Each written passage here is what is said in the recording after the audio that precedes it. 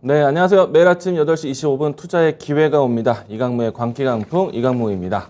자, 전일 미증시가 또 숨고르기가 나왔습니다. 다만 이제 큰 깊이의 하락은 아니었는데 전체적으로 시장에 대한 투자 심리가 크게 영향될 수 있는 요인들이 있었습니다. 일단은 이번 주 물가 지표 이 CPI 발표를 앞두고 전반적인 시장에 대한 경기 둔화에 대한 시그널이 좀 나타나면서 어제 전반적인 시장의 분위기가 나왔는데요. 이미 어제 우리가 이 아침 때부터 해서 인지되었던 내용이 전날 미증시에 영향까지 나타났습니다. 이 세계은행에서 이 전 세계 글로벌 시장에 대한 경기 성장률을 하향시켰다라는 이야기 때문에 전반적으로 이 경기 둔화에 대한 시그널이다라고 예상을 하고 있고요. 무엇보다도 전일 같은 경우에는 인텔의 주가가 상당히 또 꺾여 내려갔습니다. 이 때문에 어제 미증시에 대한 하락이 연출되었는데요. 자, 우선은 미증시의 흐름 다시 한번 또 체크해보고 인텔의 주가 보도록 하겠습니다. 자, 우선 나스닥 같은 경우에는 바로 전일 같은 경우에는 반등세를 보였다가 또 바로 오늘 같은 경우에는 조정이 나왔는데 일단 확대해서 보시게 되면은 작은 등락폭 안에서 박스권의 진행이 계속 진행이 되고 있습니다. 보시게 되면은 하단에서는 11,800포인트 그리고 상단에서는 12,000포인트 등락 안에서 계속해서 냉탕과 온탕을 반복하고 있는 모습인데요. 일단 지수 차트로 봤을 때는 큰 위험성 감지되고 있지는 않지만 다만 분봉상에서 봤을 때는 전강 후 약에 오전장과 오후장에 좀 달라진 투자 심리로 인해서 오늘 아시아 증시에 대한 영향까지 나타나지 않을까 예상을 하고 있고요. 무엇보다도 인텔의 주가가 크게 하락을 했습니다. 자, 어제 인텔에서는요, 앞으로 칩 수요에 대한 동향이 좀 어렵다라고 이야기가 나오면서 시장에 대한 하락이 연출됐고요. 인텔이 빠지게 되면서 필라델피아 반도체 지수가 전반적으로 좀 지수보다 깊은 조정을 받게 되었습니다. 마이너스 2.39% 정도 빠졌는데요. 지수가 1% 안쪽에서 마감을 했었기 때문에 반도체 지수에 대한 영향으로 오늘 우리 증시에 대한 움직임들이 조금 더 둔화될 수 있다는 거 참고하시면 좋을 것 같습니다. 우선은 이제 우리 지수 이 주요 종목인 삼성전자와 SK하이닉스를 좀 살펴보도록 하겠는데요. 자, 삼성전자 보도록 하겠습니다.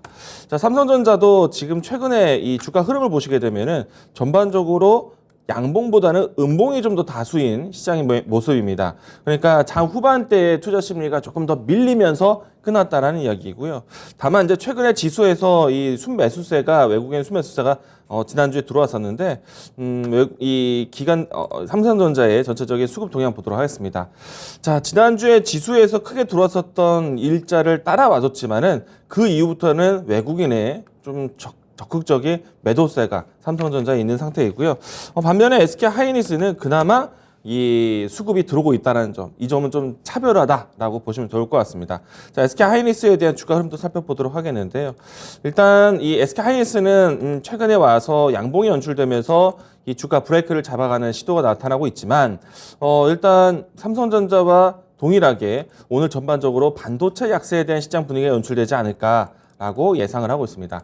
자, 일단 삼성전자보다는 SK하이닉스가 수급이 있는 상태이기 때문에 시장의 브레이크 역할을 해줄 수 있는지 이 부분들 좀 체크 포인트로 이야기 드리도록 하겠고요. 자, 그러면 오늘 장에서 좀 여러분들이 눈여겨봐야 되는 시장에 대한 키워드 보도록 하겠습니다. 자, 오늘 제가 준비한 키워드는요, 쌍용차입니다. 어제 우리 시장이 좀 마칠 때쯤에 뉴스가 나왔었고요. 쌍용차, 그러니까 쌍방울 그룹이 쌍용차 인수전에 다시 뛰어들었다는 이야기로 해서 쌍용차에 대한 인수에 대한 이 이야기들이 오늘 장 다시 또 큰 뉴스가 되지 않을까 생각을 하고 있습니다. 뭐 아시겠지만은 쌍용차 인수를 위해서 KG그룹이라든지 쌍용차 그 쌍방울 그룹이 참여한다는 소식으로 인해서 KG그룹과 또 쌍방울 그룹 간의 종목들에 대한 변차가 좀 크게 나오겠죠. 자, 우선은 이번에는 KG그룹 같은 경우에는 PE와 협력해서 이번 인수전에 참여하게 되는데 쌍방그룹도 이번에는 FI와 함께 인수전 참여를 또 시사를 했습니다. 좀 이 자금 참여에 대한 신뢰도를 높이기 위한 노력이었다라고 보여지는데 우선 주식시장에서는 쌍용차 인수를 다시 뛰어들었다는 이야기만으로 해도 큰 폭의 등락이 나오지 않을까 생각을 하고 있습니다. 자, 쌍방울 그룹주들 뭐 본주인 쌍방울과 그리고 광림의 주가가 상당히 크지 않을까 예상이 되는데 최근까지는 인수전에 대한 참여 의사가 나왔었던 시기에 대비해서 거래량이 크게 감소된 위치이고요. 다만 주가도 많이 떨어져 있는 상태인데 이번 인수전에 대한 이야기들이 나온다라면은 큰 폭의 등락폭이 나오지 않을까. 실질적으로 어제 시간의 단일가에서 상한가를 기록을 했습니다. 쌍방울에 대한 주가를 보시게 되면은 시간의 단일가 상한가 가격이 728원인데요. 자, 그러면 적어도 700원대, 800원 초반대까지 출발은 예상이 될 것 같고요. 어쩌면은 상한가 직행으로 가능도 하지 않을까 생각을 합니다. 자, 광림의 주가도 마찬가지입니다. 비슷한 추이의 위치이지만은 쌍용차 인수에 대한 이 의사 전달로 인해서 또 급등 출발하지 않을까 예상을 합니다. 한편으로는 KG그룹주들에 대한 경계심이 나올 수도 있는데요. 최근에 KG ETS에 대한 주가가 좀 좋았었는데 이 부분들이 오히려 조금 시장에서는 경계감으로 해서 조정에 대한 변동폭도 있을 수 있다. 혹은 쌍용차 인수에 대한 여러 가지 경쟁 심화로 인해서 양사의 주가들이 모두 다 좀 변동성을 좀 크게 키울 수 있는 KG ETS도 좀 변동성이 또 나올 수 있는 그런 이슈가 되고 있다. 오늘 시장이 조금 어려울 수도 있겠지만은 쌍용차에 대한 키워드는 많이 보이지 않을까 예상을 해보고 있습니다. 자, 오늘 쌍용차에 대한 키워드를 가지고 왔지만은 쌍방울 관련된 종목들을 사기는 상당히 부담이 될 것 같습니다. 단기 트레이딩 관점으로 접근하더라도 어쩌면은 시세에 대한 변동폭이 상한가 효과까지도 나올 수도 있기 때문에 이 부분에 대해서는 좀 주의가 필요할 것 같고요. 자, 그래서 오늘은 전반적인 시장이 좀 고르지 못할 때 안정적인 실적이 앞으로 도움이 될 수 있는 업황의 이야기들이 있는 예를 들어서 이번 주에 내내 이야기 드렸지만은 한번 직접적인 뉴스가 나왔던 섹터에 대해서는 연속적으로 이번 주 순환매를 보자. 방산, 신재생, 조선 섹터에 대한 내용들 이야기 드렸는데 자, 오늘 준비한 추천주 보도록 하겠습니다. 자, 좀 전에 이야기 드렸던 섹터 중에 하나가 될 것 같고요. 오늘 제가 준비한 추천주는요, 동국제강입니다. 우선 이제 앞에서 이야기 드린 것처럼 조선에 대한 업황에 대한 이야기들이 나오고 있죠. 카타르 LNG 선박에 대한 대형 프로젝트가 시작되었다라고 이야기가 나오고 있고요. 여기에서 동국제강 철강주긴 하지만은 조선 기자재 중요한 후판 공급을 하는 회사이기도 합니다.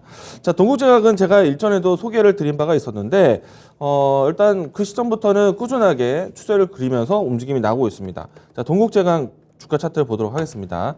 자, 다른 철강주들 대비해서 견고한 흐름이다라고 생각이 되고 있고요. 저점을 꾸준하게 높여가면서 추세의 상승 부분을 보여주고 있는데 제가 직전에 이와 같은 구간에서 소개를 많이 드렸던 것 같습니다. 이 구간 또 이 구간에서 소개 드렸던 섹터이기도 하고요. 최근에 와서 조선주에 대한 이야기 언급을 하면서 다시 한번 또 동국제강에 대한 언급도 전해드렸는데 자, 앞에서 이야기 드린 것처럼 이 조선 기자재 후판 공급에 나선 기업 중에 하나입니다. 일단은 철강석, 철 스트랩을 용해해서 냉연 강판을 만드는 회사이기도 한데요. 그래서 이 철강석이라든지 철 스트랩에 대한 가격 변화가 이 기업에 대한 전체적인 매출의 추이를 영향을 주기도 합니다. 자, 그리고 조선 기자재 후판 판매를 하는 회사인데 그 후판 판매에 대한 추이가 증가세를 보이고 있고요. 그리고 매출 비중의 전체적인 후판의 비중을 높여가고 있는 측면이 있습니다. 그래서 얼마 전에 이 카타르 대형 프로젝트에 대한 시작을 알리는 조선 3사에 대한 뉴스가 있게 되면은 후판 공급에 대한 여러 가지 수혜를 받을 수 있기 때문에 동국제강에 대해서 다시 한번 포인트를 잡아봤습니다. 자, 이 종목을 보기 위한 또 준비된 자료 화면 보도록 하겠는데요. 앞에서 얘기 드린 것처럼 철근 가격에 대한 상승, 그리고 철 스트랩에 대한 가격 상승, 당연히 마진 개선으로 돌아올 것으로 보고 있고요. 다음 자료 보도록 하겠습니다. 가장 중요한 거는 이 동국제강의 후판에 대한 수요가 얼마만큼 늘어나고 있는가, 이 부분이 중요한데요. 일단 이제 이 코로나 이후에 좀 침체기를 겪었다가요, 다시 한번 회복 추이를 좀 보이고 있다라고 보시면 되겠는데, 후판 생산에 대한 공장 파이프라인에 대한 가동을 굉장히 늘려가고 있다고 합니다. 일단 최근에 이 주요 리포트에서는요, 70%의 가동률을 높였다라고 얘기를 나오기도 하는데, 일단은 후판에 대한 수혜 앞으로도 계속해서 꾸준하게 이루어지지 않을까. 조선 3사가 따놓았던 지난해 연말 때 받았던 수주만으로도 2년치 물값이 있다라고 하고, 그리고 추가적으로 카타르에 대한 대형 프로젝트가 시작된 것을 알게 된다면 상당한 기간 동안에 후판 공급이 이루어질 것이다. 동국제강이 후판에 대한 매출 비중을 높이는 이유가 있다라고 보시면 좋을 것 같습니다. 자, 그러면 이 종목에 대한 주가 차트 다시 보면서요, 가격 전략 가격적인 전략 보도록 하겠는데요. 자, 앞에서 이야기 드린 것처럼 저점을 높여가는 구간에 있습니다.